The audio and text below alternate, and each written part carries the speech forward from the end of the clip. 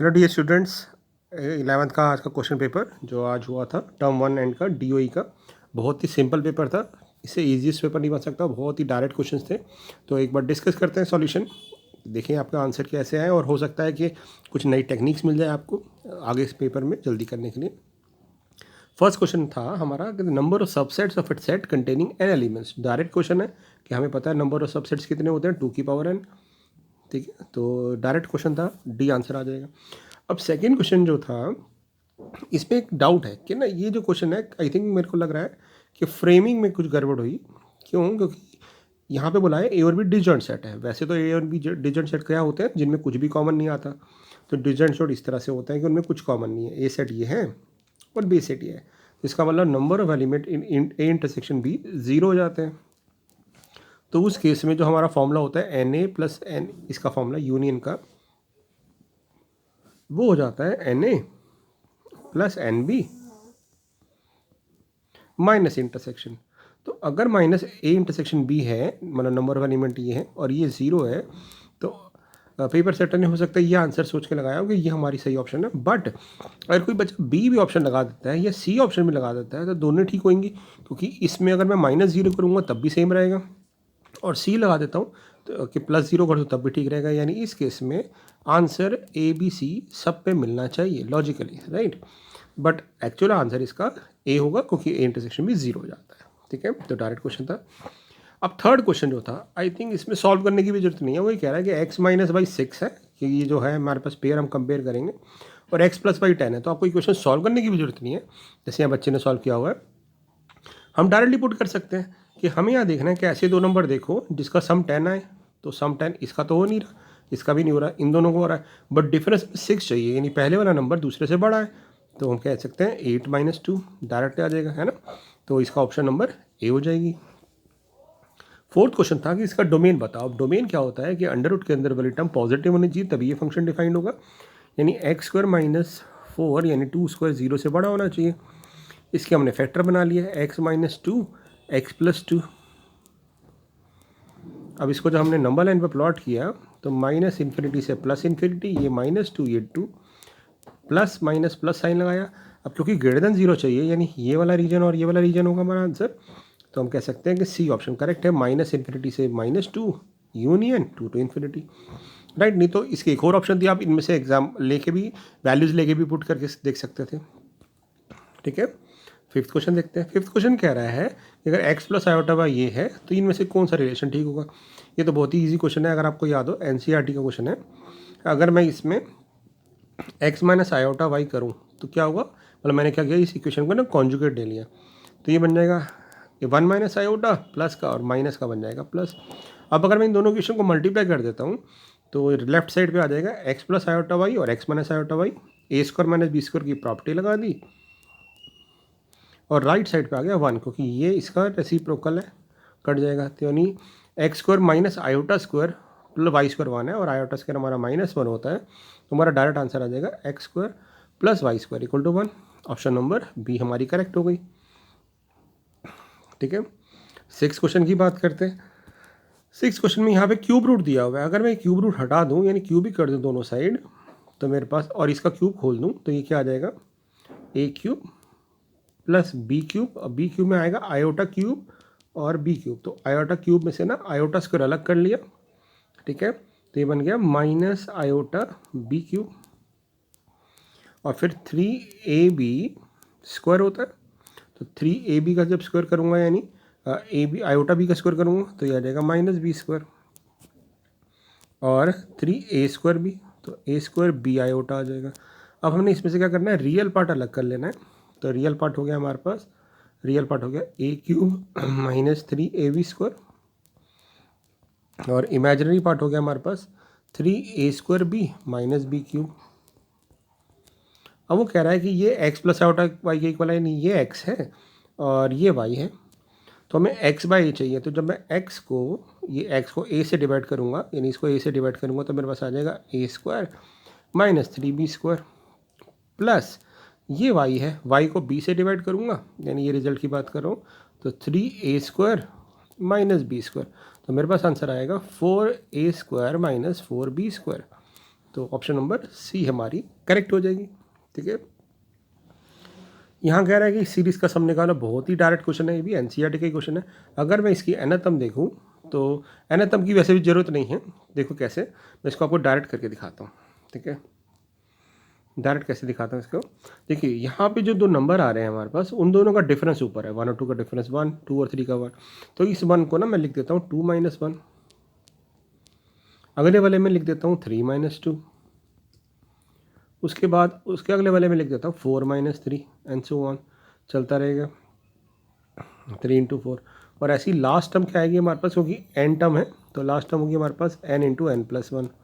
तो उसमें भी डिफरेंस को लिख दूंगा n plus 1 minus n upon n into n plus 1। अब ना आप इसको अलग करो, यानी 2 के नीचे भी ये दोनों, तो 2 से 2 कट जाएगा यानी 1/1, और फिर 1 के नीचे ही दोनों यानी 1/2।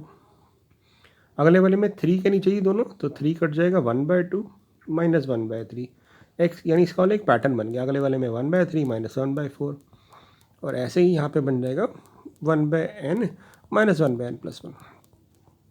तो हम क्या देख रहे हैं, ये टर्म इससे कट रही है, ये टर्म इससे कट रही है, तो यानी यहाँ पे हमारी फर्स्ट टर्म बच रही है, तो यहाँ पे हमारी लास्ट टर्म बचेगी पैटर्न के अकॉर्डिंग, क्योंकि यहाँ ये कहीं ना कहीं कट गया होगा।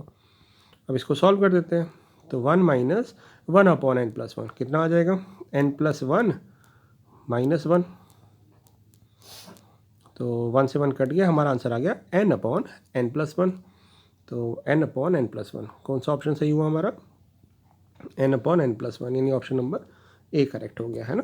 तो ये हमारी ऑप्शन सही हो जाएगी। ठीक है, अगले क्वेश्चन में चलते हैं। यहाँ पूछ रहा है कि दो नंबर बताइए जो 3 और 81 है, इनके बीच में दो नंबर जिसमें जीपी बन जाए। तो बेसिकली हमें 3AB और 81 इस तरह से चाहिए जिसमें ये जीपी बन जाए, है ना। तो हम यहाँ नंबर पुट करके भी देख सकते हैं। अगर मैं 12 पुट करूँगा तो 3 और 12 का जो रेशियो आएगा 4 आएगा। अगर मैं मान लेता हूँ ये क्वेश्चन आया, सॉल्व करने की भी जरूरत नहीं है, 4 आया, इसका रेशियो क्या था 3 आया, तो जीपी नहीं है। ऐसे ही फिर 3, 6, 18, 81 किया, तो यहाँ रेशियो आ रहा है 2, यहाँ रेशियो आ रहा है 3, ये भी नहीं है। अगला किया 9, 27, तो यहाँ पे जब 9 और 27 पुट करूँगा तो ये ट्रिपल हो रहा है, इसका रेशियो ठीक आ रहा है, तो ऑप्शन नंबर सी करेक्ट हो जाएगी। तो कुछ क्वेश्चन तो ऐसे थे जिसको आपको सॉल्व करने की भी जरूरत नहीं है, आप डायरेक्ट कर सकते हैं। ठीक है, अब जैसे देखिए अगला क्वेश्चन, यहाँ ये पूछ रहा है कि इक्वेशन ऑफ स्ट्रेट लाइन बताओ जो पास कर रही है इस पॉइंट से और इसके पैरेलल है। ठीक है, अब एक चीज़ बताओ, देखिए हमने कंसेप्ट पढ़ा हुआ है कि जब दो लाइन पैरेलल होती हैं तो उनमें क्या होता है, उसका स्लोप सेम रहता है, यानी ये पार्ट सेम रहता है, सिर्फ कॉन्स्टेंट पार्ट से चेंज होता है। तो अगर ये लाइन 3x + 2y का कोएफिशिएंट दे रही है तो इसका मतलब 2x + 3y तो आ ही नहीं सकता, यानी ऑप्शन यहाँ इन दोनों में से ही होगी। ठीक है, तो अब हम क्या करते हैं, 3-1 पुट करके देख लेते हैं कौन सी इक्वेशन 3-1 को सेटिस्फाई कर रही है। जैसे ही मैंने x को 3 पुट किया तो 18 + 4 सेटिस्फाई नहीं कर रहा, ये सेटिस्फाई कर रहा है, 3 3 = 9 और 2 11, तो ऑप्शन नंबर सी आ गई। यानी क्वेश्चन को सॉल्व करने की भी जरूरत नहीं है, सिर्फ कंसेप्ट लगा सकते हैं। ठीक है ना, ऐसे क्वेश्चन थे, बहुत इजी था पेपर। अगला कह रहा है find the equation of the line which cut off equal intercept and positive intercept on the axis and passing through h, के। फिर से देखो क्वेश्चन, अगर ये h, के से पास करेगा तो सेटिस्फाई करना चाहिए, h, के से पास ही नहीं कर रहा है, क्योंकि x की जगह h पुट करोगे, y की जगह k, तो आंसर नहीं आ रहा, ये भी नहीं है, यानी ऑप्शन ही ऐसी दे रखी है कि डायरेक्ट आंसर आ जाएगा ये, और ये हमारा आंसर है। अब आप कहोगे कि ये इसके इक्वल इंटरसेप्ट कैसे है, कि जैसे हम इसको इंटरसेप्ट फॉर्म में कन्वर्ट करेंगे यानी इस तरह से, तो हम देखेंगे कि इसके इंटरसेप्ट है हमारे पास ये और ये हमारा आंसर है, इक्वल इंटरसेप्ट है। ठीक है, और यहाँ पे बस मेंशन होना चाहिए था कि h और k पॉजिटिव है, तब ये पॉजिटिव इंटरसेप्ट होगा। ठीक है, अगले पे चलते हैं। आपको पता है अंडर रूट वाले क्वेश्चन को कैसे सॉल्व करते हैं, लिमिट में रेशलाइज करके, तो इसको रेशलाइज कर देते हैं, नहीं तो एल हॉस्पिटल रूल अगर कर रखा है तो उससे भी कर सकते थे। तो जैसे ही हमने इससे मल्टीप्लाई किया तो ऊपर a - b a + b से बन जाएगा a² - b², यानी 1 + x - 1 upon x into √1 + x + 1। 1 से 1 कट गया, x कट गया, और लिमिट पुट कर देंगे तो यहाँ आ जाएगा 1/2, यानी हमारा आंसर आ गया सी। और क्योंकि MCQ है तो वैसे मुझे पता है, होना चाहिए आपको कंसेप्ट कि लिमिट हमेशा कैरी करते हैं, बट क्योंकि MCQ हम डायरेक्ट कर रहे हैं तो इस तरह कर सकते हैं। ठीक है, तो ये हमारा क्वेश्चन हो गया, इसका ऑप्शन हो गया सी। तो देखिए पेपर तो बहुत ही ईजी था, बस ये थी कि आप सिलेक्शन कैसे करते हैं क्वेश्चन की और उसका वे क्या है। ठीक है, पेपर से डिस्कस करने का अप्रोच यही है कि आपको कई क्वेश्चन तो आते होंगे, बट हाँ आप उसको ईजिली सॉल्व कर पाएँ, वो हम देख रहे हैं। ठीक है, अब चलते हैं 12th क्वेश्चन पे। इसमें क्या है, वैसे इसके फैक्टर बनने चाहिए, बट अगर आपको एल हॉस्पिटल याद हो तो एल हॉस्पिटल क्या कहता है कि अगर ये 0/0 फॉर्म है तो हम ऊपर वाली टर्म का डेरिवेटिव ले लेते हैं। तो इसका डेरिवेटिव आ जाएगा 3x² माइनस 4x, और नीचे वाली टर्म का डेरिवेटिव आ जाएगा 2x माइनस 5। अब पुट करके देखते हैं, लिमिट 2 पुट किया तो बन गया 2 का स्क्वायर 4, तो ये 12, 12 माइनस 8, 12 माइनस 8 हो गया 4, और नीचे आ गया -1। तो यानी मेरे पास आंसर आ गया -4। ऑप्शन नंबर ए डायरेक्ट है, कोई टाइम लगाने की जरूरत नहीं है। अब ये क्वेश्चन 1 मार्क के लिए वैसे था नहीं, बट स्टिल ये कह रहा है कि मीन डेविएशन बताओ फ्रॉम द मीन। तो पहले मीन निकाल लेते कैसे, सबका सम। तो 10 10 30 हो गया, इन दोनों का सम 40 हो गया, और इसका सम 49 हो गया। 49 डिवाइड बाई 7 नंबर है तो मीन 7 आ रहा है। तो हर एक में से 7 माइनस कर देते हैं, इसमें से 7 माइनस करेंगे तो आएगा 4, मॉड लगा के चल रहा हूँ मैं। फिर आएगा 3, फिर 3, फिर आएगा 3, फिर आएगा 0, फिर आएगा 3, और फिर आएगा 2। तो इसका सम कर लेते हैं। 3 हमारे पास 4 12, 12 और 6 18, 18/7।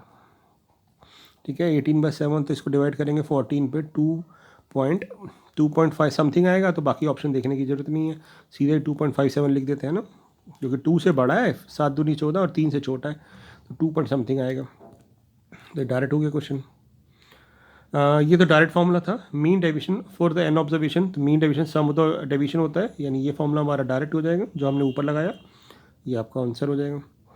अभी कह रहा है कि 60 ऑब्जर्वेशन का मीन 16 आ रहा है और वेरियंस इतना है, तो स्क्वायर बताओ। तो वेरियंस का फॉर्मूला क्या होता है पता है आपको, sigma x² upon n minus mean का स्क्वायर। तो मीन का स्क्वायर हो जाएगा 60 का square equal to variance. Variance हो जाएगा हमारे पास 44।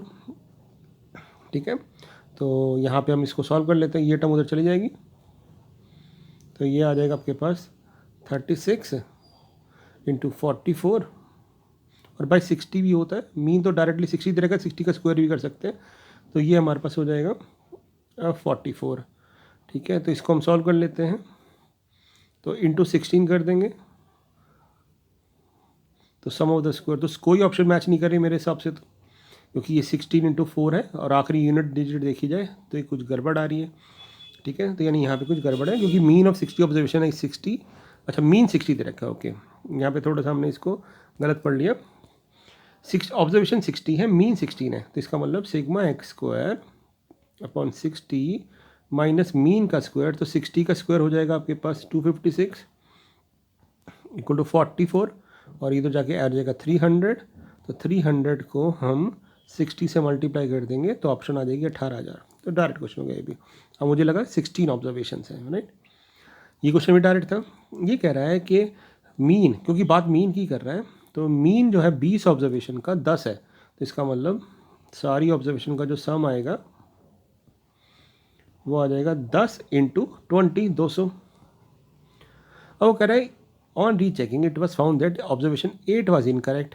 तो 8 एक गलत था, तो हमने उसको ओमिट कर दिया, मतलब हटा दिया। तो इसमें से अगर वो 8 को हटा दोगे तो 19 ऑब्जर्वेशन का जो सम है वो 198 है, तो उसका मीन पूछ रहा है, तो डिवाइड बाई 19 कर देंगे, तो ये आपका समवेयर 19.1 आ जाएगा, क्योंकि 19.8 90 से बड़ा है, तो ये ऑप्शन आ जाएगा, क्योंकि ये तो आ ही सकती है ना, तो ये हमारा आंसर हो जाएगा। यहाँ पूछा है angle, angle between the two lines. क्या हमारा जो फॉर्मूला होता है वो फॉर्मूला होता है हमारे पास m1 minus m2 slope upon 1 plus m1 m2। ठीक है, ये फॉर्मूला लगाते हैं, तो इसका स्लोप आ रहा है हमारा माइनस कोफिशिएंट ऑफ x यानी √3 अपॉन कोफिशिएंट ऑफ y। ठीक है, और यहाँ पे स्लोप आ रहा है हमारा minus coefficient of x upon coefficient of y। तो हम यहाँ पुट कर देते हैं, तो ये आ जाएगा √3 माइनस 1/√3, और नीचे 1 प्लस इन दोनों का प्रोडक्ट 1, तो ये आ जाएगा √3 इंटू √3 3 माइनस 1 2 अपॉन 2√3, यानी tan थीटा हमारे पास आ गया 1/√3। अब tan थीटा 1/√3 कब होता है, 30 डिग्री पे, यानी उन दोनों के बीच में एंगल 30 डिग्री या 150 डिग्री आ गया। ऑप्शन हमें दे रखे 30 डिग्री, डायरेक्ट क्वेश्चन हो जाएगा। अब ये देखिए ये क्या क्वेश्चन हुआ, ये तो बिल्कुल ही सिंपल है कि इक्वेशन ऑफ मीडियन पूछी है थ्रू ए। तो इसका मतलब बेसिकली होता है कि ए से पास होने वाले मीडियन की इक्वेशन निकालो। ठीक है, वैसे क्वेश्चन हमें प्रॉपर सॉल्व करना चाहिए होता है, बट जो ऑप्शन दे रखी हैं वो ऐसी दे रखी है क्योंकि हमें ऐसी ऑप्शन ढूंढनी है, क्योंकि हमारा मीडियन 0,5 से पास कर रहा है, यानी 0,5 को सेटिस्फाई करना चाहिए। तो यहाँ देखो अब जरा, पहली क्वेश्चन में अगर मैं x को 0 और y को 5 पुट करता हूँ, 15 = 15 सेटिस्फाई हो रही है, ठीक है। यहाँ पे 17 × 5 85 आता है, ये भी नहीं हो रही, ये भी नहीं हो रही, क्योंकि यहाँ -15 आ रहा है। तो एक ही ऑप्शन बचती है, यानी मुझे सॉल्व करे बिना ही मुझे आंसर मिल गया। तो कैसे क्वेश्चन हुआ तो डायरेक्ट ही कर सकते हैं ना। तो पेपर सेटर ने आई थिंक क्वेश्चन को अवॉइड किया होगा, या हो सकता है पेपर को आसान बनाने के लिए ऐसा किया हो, कोई प्रॉब्लम नहीं है। तो आप ऐसे भी कर सकते हैं, राइट। बट अगर ऑप्शन डिफरेंट होती फिर हमें इसको सॉल्व करना पड़ता, ठीक है ना। तो हम ऑपोजिट साइड के मिड पॉइंट निकालते हैं और 2 पॉइंट फॉर्मूला लगा देते हैं। यहाँ भी कह रहा है कि which term of GP is this. तो जीपी की फॉर्मूला क्या होता है, 2 × r। r हमारा क्या आ रहा है, 8/2 4। तो 4 की पावर n-1 = आ जाएगा 131072। इसको कट कर देते हैं तो ये आ जाएगा 6 1 कैरी, तो 5 1 कैरी 36। इसको जब आप सॉल्व करोगे, इसको सॉल्व करना पड़ेगा आपको। तो देखिए एक बार कितना आता है। अगर हम इसको डिवाइड करते हैं, पहले 4 से कर लेते हैं, तो इसके फैक्टर बना लोगे आप। ये थोड़ा लेंथी क्वेश्चन हो सकता है। 4 से किया तो 4 × 4 2 कैरी 16 1 आ गया, 4 × 3 12 3 आ गया, 8 × 32 1 आ गया 4। फिर से कट कर देते हैं, 4 नहीं जा रहा, 9 × 36 और 2 इधर गया 6 पे, फिर गया आपके पास 1 0 2 4। अब ये जो होता है ये होता है हमारे पास 2 की पावर 10, यानी 4 की पावर 5, बाइनरी में ही पड़ा होगा। तो 4 की पावर 5 6 7 8, तो यानी बेसिकली आ गया 4 की पावर 8। तो जब हम कंपेयर करेंगे तो n-1 8, तो n हमारा हो जाएगा 9। तो ऑप्शन नंबर सी हमारी करेक्ट हो गई। अगला क्वेश्चन कह रहा है कि एक फिबोनाची सीरीज़ है। फिबोनाची सीरीज़ कैसी सीरीज़ होती है, जिसमें फर्स्ट टर्म और सेकंड टर्म सेम होती है और बाकी अगली टर्म इन दोनों का सम होती है, यानी 1 और 1 का सम 2, फिर 2 और 1 का सम 3, फिर 2 और 3 का सम 5, फिर 3 और 5 का सम 8, और ये सीरीज़ चलती रहती है इन्फिनिटी तक, ठीक है। और ऐसे 21। तो वो कह रहा है उसकी 8 टर्म और 5th टर्म का रेशियो बताओ। तो 8 टर्म क्या हुई, 1 2 3 4 5, 5th टर्म तो ये हो गई 5 6 7 8, 8 टर्म होगी 21, तो 21/5 option number C direct answer आ जाएगा। तो ये हमारा सेक्शन ए था। आई होप आपको क्लियर हो गया होगा। कुछ और क्वेश्चन कर लेते हैं फटाफट। 2 finite set having m and n elements, direct question है कि इसके नंबर ऑफ सबसेट कितने बनेंगे। The number of subset of first set यानी 2 की power m is 112 more than 2 की पावर n, ठीक है। तो हमसे पूछ रहा है कि कौन सा आंसर ठीक होगा। ऑब्वियसली लॉजिक देखो, यहाँ पे m और n रिस्पेक्टिवली पूछा है, तो m और n बराबर तो हो नहीं सकते। पहली बात क्यों, क्योंकि अगर ये दोनों 4 और 4 हो गए तो 112 तो आ ही नहीं सकता, यानी इक्वल ऑप्शन तो पहले ही हटा दो, ठीक है, सॉल्व करने की जरूरत नहीं है। अब दूसरी बात, क्योंकि 2 की पावर n में 112 ऐड कर रहे हो तब 2 की पावर m आ रहा है, इसका मतलब m ग्रेटर देन n है, तो ये ऑप्शन हटा दो, तो ऑप्शन बचती है। तो सॉल्व करने की जरूरत नहीं है, ऐसी ऑप्शंस दी हुई हैं कि डायरेक्ट कर सकते हो आप, ठीक है। यहाँ कह रहा है कि एक्स वाई इंटीजर है और एक्स वाई का प्रोडक्ट 4 आ रहा है, इसका मतलब है दोनों या तो पॉजिटिव होंगे या दोनों नेगेटिव होंगे। तो अगर मैं एक्स को 1 पुट करता हूँ तो वाई मेरे पास आ जाएगा 4, ठीक है। यानी पुट कर सकते हैं हम, ये चेक कर रहे हैं। तो एक्स को 1 आ पा रहा है, 2 पुट करेंगे तो वाई 2 आ जाएगा, 4 पुट करेंगे तो 1 आ जाएगा। ऐसे एक्स को -1 पुट करेंगे तो वाई -4 आ जाएगा, यानी हमारी सारी ऑप्शन ये आ पा रही है ना, मतलब क्योंकि एक्स पॉजिटिव भी हो सकता है नेगेटिव भी हो सकता है, मेरा लॉजिक ये है। यानी बी ऑप्शन भी करेक्ट है, बट ये पूरा सेट नहीं है, इक्वल नहीं है। सी ऑप्शन भी आ सकती है बट पूरा सेट नहीं है। तो ए सेट ऐसा है जिसमें सारी ऑप्शन सारी हैं, तो ये हमारा आंसर हो जाएगा। अभी कह रहा है कि ए सेट के अंदर 3 एलिमेंट है, इसके अंदर 7 एलिमेंट है, कितने फंक्शन बन सकते हैं। तो कहेंगे 7 जो है वो किसी भी 3 से कनेक्ट हो सकता है, यानी इसके लिए 3 वेज है। 8 भी किसी वे से भी कनेक्ट हो सकता है 3 वेज, तो टोटल नंबर फंक्शन बन जाएगा 9। ये भी डायरेक्ट क्वेश्चन हो गया। इसकी वैल्यू पूछ रहा है। अब यहाँ एक सिंपल सा कंसेप्ट है, आपने पढ़ा होगा कि आयोटा की कॉन्सिक्यूटिव 4 पावर का जो सम होता है वो 0 आता है, यानी इसका सम 0 आ जाएगा। यानी आपको सिंपल सॉल्व करना है आयोटा की पावर 9। अब आयोटा की पावर 9 को लिख सकते हैं आयोटा की पावर 8 × आयोटा, ये 1 हो गया। तो यानी हमारे को सिंपल सॉल्व करना है आयोटा अपॉन 1 + आयोटा। तो इसमें क्या रह गया, रेशलाइज कर दो, 1 - आयोटा अपन 1 - आयोटा कर देंगे तो ऊपर आ जाएगा हमारे पास आयोटा इंटू 1 - आयोटा, और नीचे आ जाएगा a + b a - b 2। तो जब इसको सॉल्व करेंगे तो आएगा आयोटा इंटू 1 - आयोटा स्क्वायर, जो बन जाएगा +1। तो ऑप्शन नंबर बी हमारी करेक्ट हो गई। यहाँ ही कह रहा है अल्फ़ा बीटा इसके रूट्स हैं, ठीक है। वैसे तो इसको क्यूब रूट और यूनिटी से भी कर सकते हो, बट अगर अल्फ़ा बीटा इसके रूट्स हैं तो सम ऑफ द रूट्स आ गया हमारे पास minus coefficient of X upon coefficient of Y. Alpha beta आ गया constant term upon coefficient of X square. और इसको क्या ले सकते हैं, इसको ले सकते हैं हम this square minus 2 alpha beta, ठीक है ना। तो इसकी वैल्यू -1 का स्क्वायर 1, इसकी वैल्यू 1, तो हमारे पास आंसर आ जाएगा -1। ऑप्शन नंबर सी डायरेक्ट हो गई, ठीक है। तो आई थिंक हमने 50 में से 25 क्वेश्चंस कर लिए और बाकी 25 मैं अगले ट्यूटोरियल में डाल देता हूँ, ठीक है। Thank you.